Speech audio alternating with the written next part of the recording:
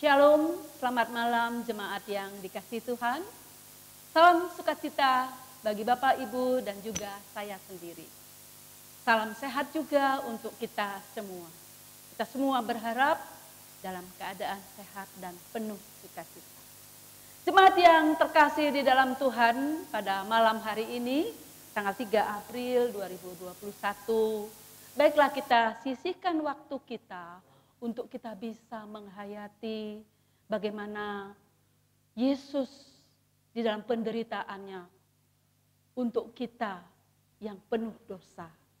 Dan bagaimana Tuhan Yesus bangkit untuk menebus dosa kita. Kita luangkan waktu kita untuk hal tersebut. Kita tenang sejenak. Kita akan merenungkan firman Tuhan. Namun sebelumnya, kita akan memuji Tuhan dengan besar anugerah-Nya.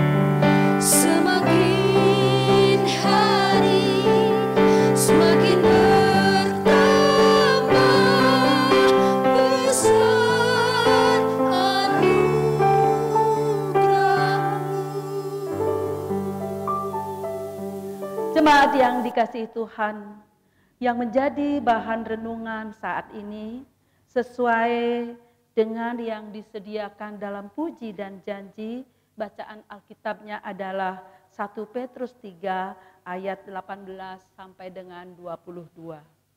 Namun sebelumnya kita akan mohon penyertaan Tuhan. Mari kita berdoa. Ya Tuhan, Bapa kami yang ada di surga, pada saat ini kami akan mendengarkan firman-Mu.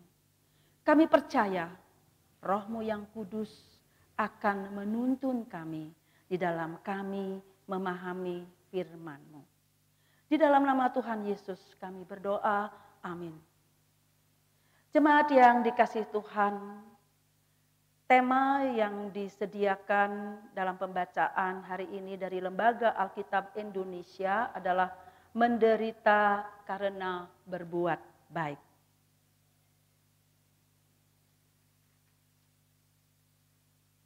Dari ayat 18 sampai 22, mari kita bersama-sama membacanya. Sebab juga Kristus telah mati sekali untuk segala dosa kita. Ia yang benar untuk orang-orang yang tidak benar, supaya ia membawa kita kepada Allah. Ia yang telah dibunuh dalam keadaannya sebagai manusia, tetapi yang telah dibangkitkan menurut Roh. Dan di dalam Roh itu juga ia pergi memberitakan Injil kepada roh-roh yang di dalam penjara, yaitu kepada roh-roh mereka yang dahulu pada waktu Nuh tidak taat kepada Allah, ketika Allah tetap menanti dengan sabar waktu Nuh sedang mempersiapkan bahteranya, di mana hanya sedikit, yaitu 8 orang yang diselamatkan oleh air bah itu. Juga kamu sekarang diselamatkan oleh kiasannya, yaitu baptisan. Maksudnya bukan untuk membersihkan kenajisan jasmani, melainkan untuk memohonkan hati nurani yang baik kepada Allah oleh kebangkitan Yesus Kristus yang duduk di sebelah kanan Allah setelah ia naik ke surga, sesudah segala malaikat, kuasa, dan kekuatan ditaklukkannya kepadanya. Demikian jauh pembacaan firman Tuhan pada malam hari ini. Jemaat yang terkasih,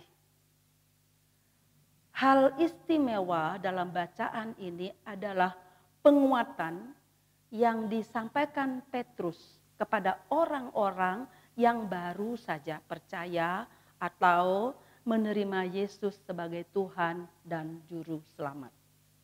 Petrus sadar betul bahwa kehidupan orang yang baru saja mengenal Kristus tidaklah mudah. Pasti akan banyak mengalami kesulitan, bahkan bisa saja mengalami penderitaan karena keputusan yang mereka ambil untuk mengikut Yesus. Petrus menyampaikan kepada mereka bahwa kunci menghadapi penderitaan adalah kesabaran. Sabar menanggung pencobaan adalah jauh lebih tinggi nilainya daripada emas. Dengan kesabaran, iman orang-orang yang baru percaya kepada Yesus akan memperoleh kekuatan, semangat, dan pengharapan dalam menghadapi tantangan dan penderitaan. Ada beberapa hal yang diberitakan Petrus untuk menguatkan orang-orang yang sedang mengalami pergumulan akibat dari keputusan yang diambil. Yang pertama, kematian Yesus membawa kita kepada Allah. Kematian Yesus bukanlah kematian yang biasa. Melalui kematiannya kita mengenal makna kasih dan pengorbanan yang sesungguhnya. Pada ayat 18, Petrus menyatakan bahwa Yesus yang tidak berdosa mau mati untuk kita yang berdosa. Yesus yang adalah kebenaran mau mati untuk kita yang hidup dalam ketidakbenaran.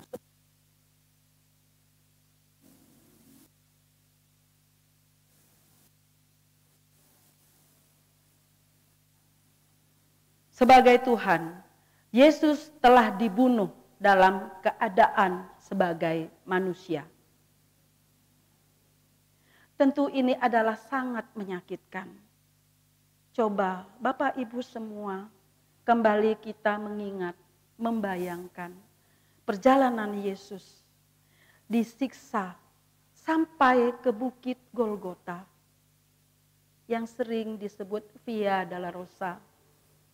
Bagaimana Yesus dengan memikul salib, dipukul, disiksa, ditendang sampai berdarah-darah. Itulah air mata kita sedih melihat tubuh Yesus yang penuh darah. Wajahnya yang hampir tidak kelihatan dan tidak dikenali lagi. Karena begitu banyak luka dan darah yang melumuri wajah dan badannya.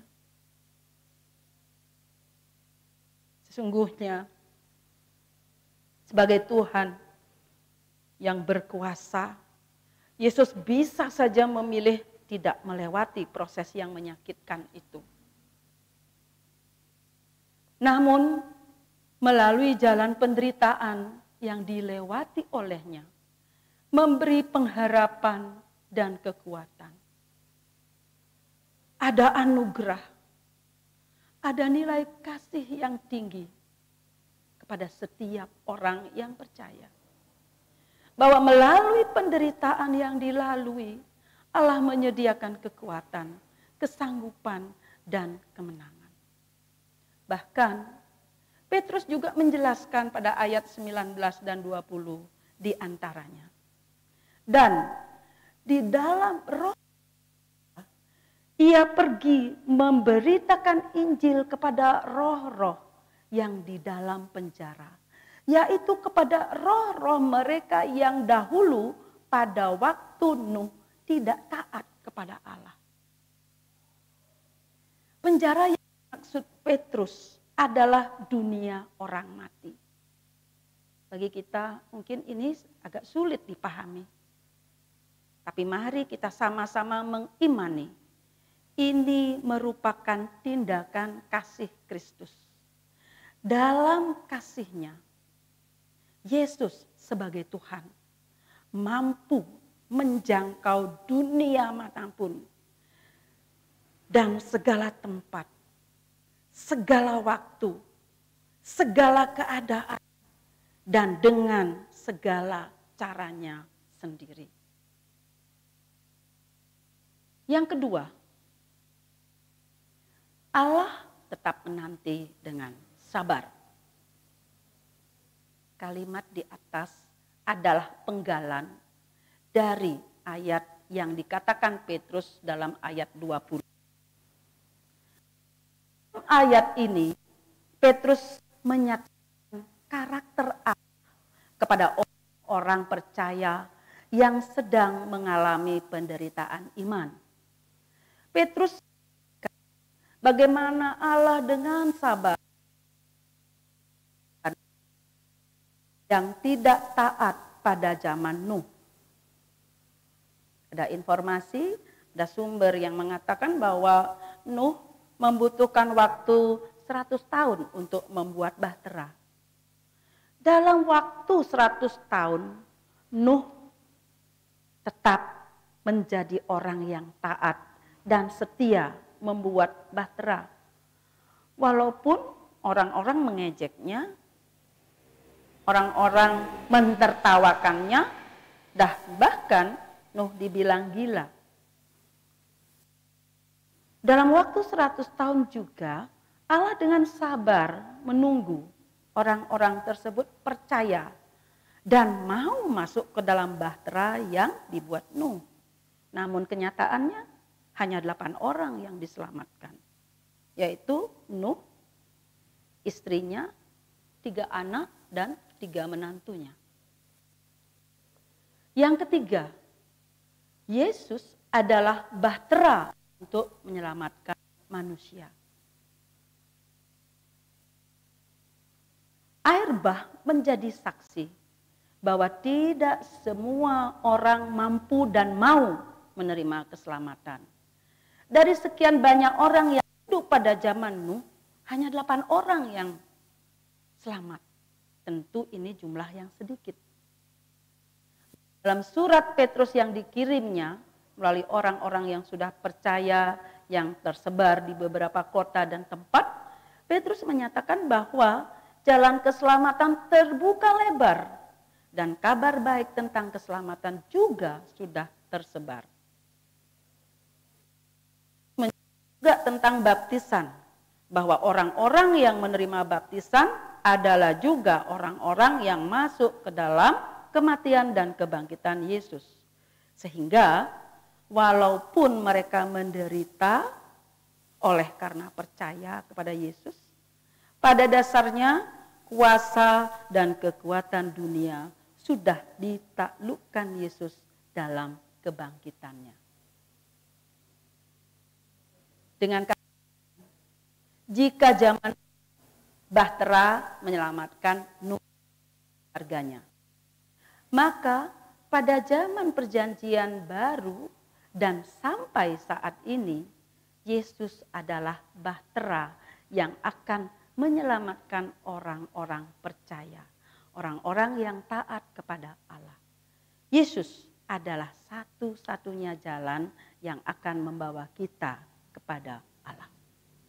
Jemaat yang dikasihi Tuhan, seperti orang-orang percaya yang mengalami penganiayaan, tekanan, dianggap orang asing karena tidak mau menyembah berhala, mereka dikucilkan, bahkan Petrus sendiri mengalami penganiayaan, dipukul, diancam, dipenjarakan, namun iman percayanya tidak goyah. Mereka percaya pada janji dan kuasa Allah. Firman Tuhan pada saat ini ingin mengarahkan kita untuk mengambil komitmen.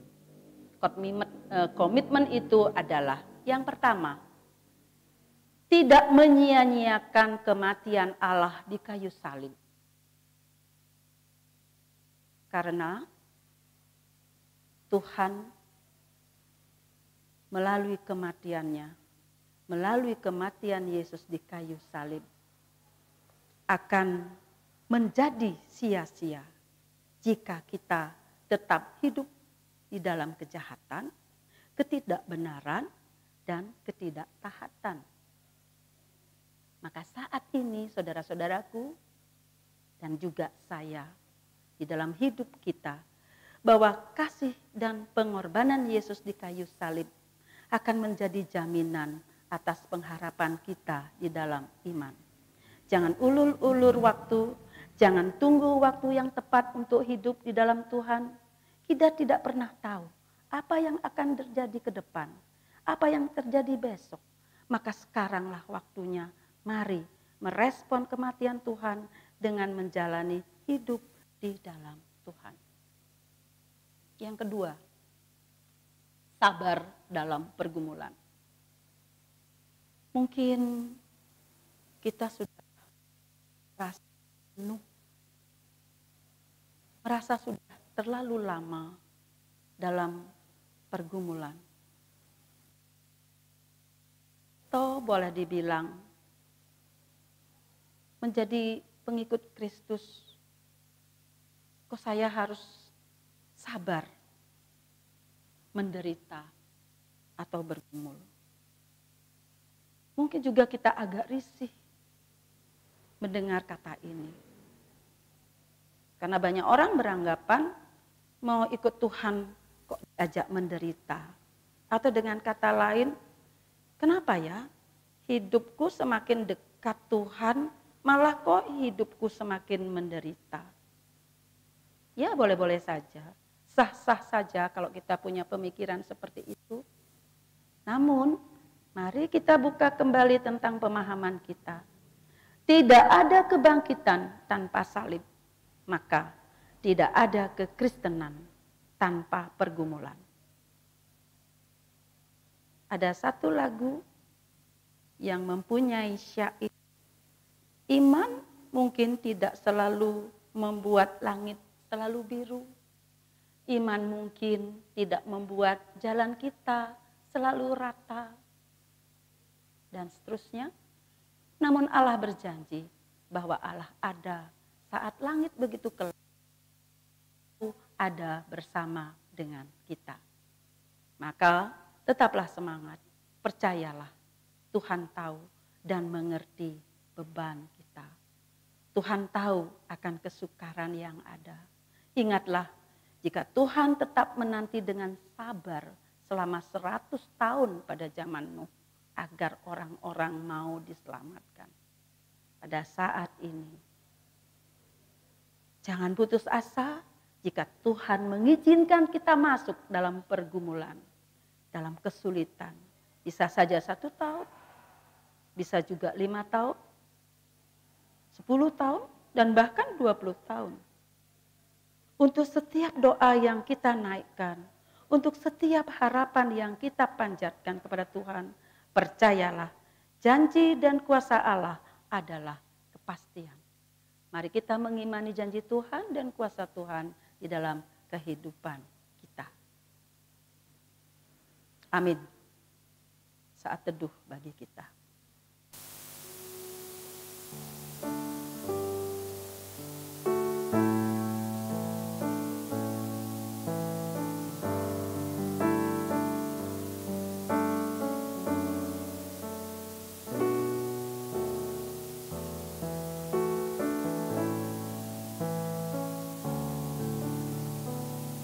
Kita sambut firman Tuhan ini dengan pujian, jangan pernah menyerah.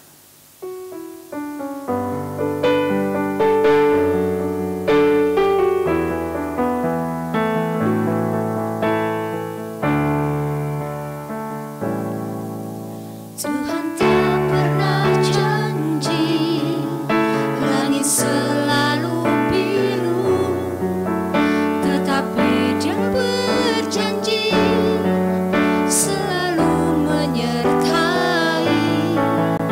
Tuhan tak pernah janji, jalan selalu rata, tetapi Dia berjanji berikan kekuatan.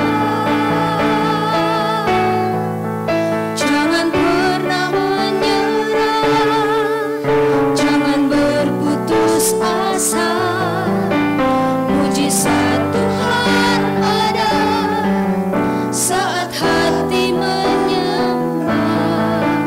Jangan pernah menyerah, jangan berputus asa.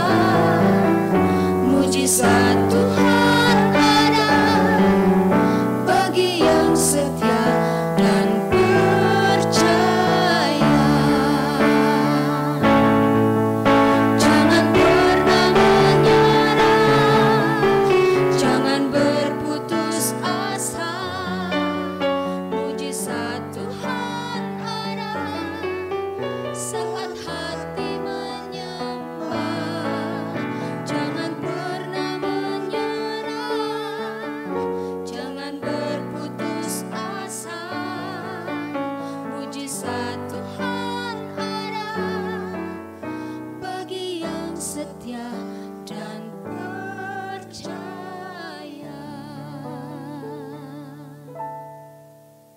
Jemaat yang dikasih Tuhan, kita akan masuk di dalam doa. Mari kita berdoa. Ya Tuhan, Bapa kami yang ada di surga, terima kasih atas firman yang sudah kami dengarkan. Kami percaya Tuhan pasti akan menolong kami untuk memahami dan mengerti firman-Mu. Dan Tuhan pasti akan menyanggupkan kami untuk mengalami hidup yang terkadang banyak penderitaan yang kami lalui. Tapi kami percaya Tuhan ada, Tuhan pelihara, dan Tuhan menyertai kami semua. Berkati keluarga kami Tuhan, berkati pekerjaan-pekerjaan kami. Semuanya ini kami mohon di dalam nama Tuhan kami Yesus Kristus. Amin. Shalom Bapak Ibu yang terkasih di dalam Tuhan. Salam sejahtera kembali. Tuhan Yesus memberkati kita semua. Amin. Sampai bertemu besok.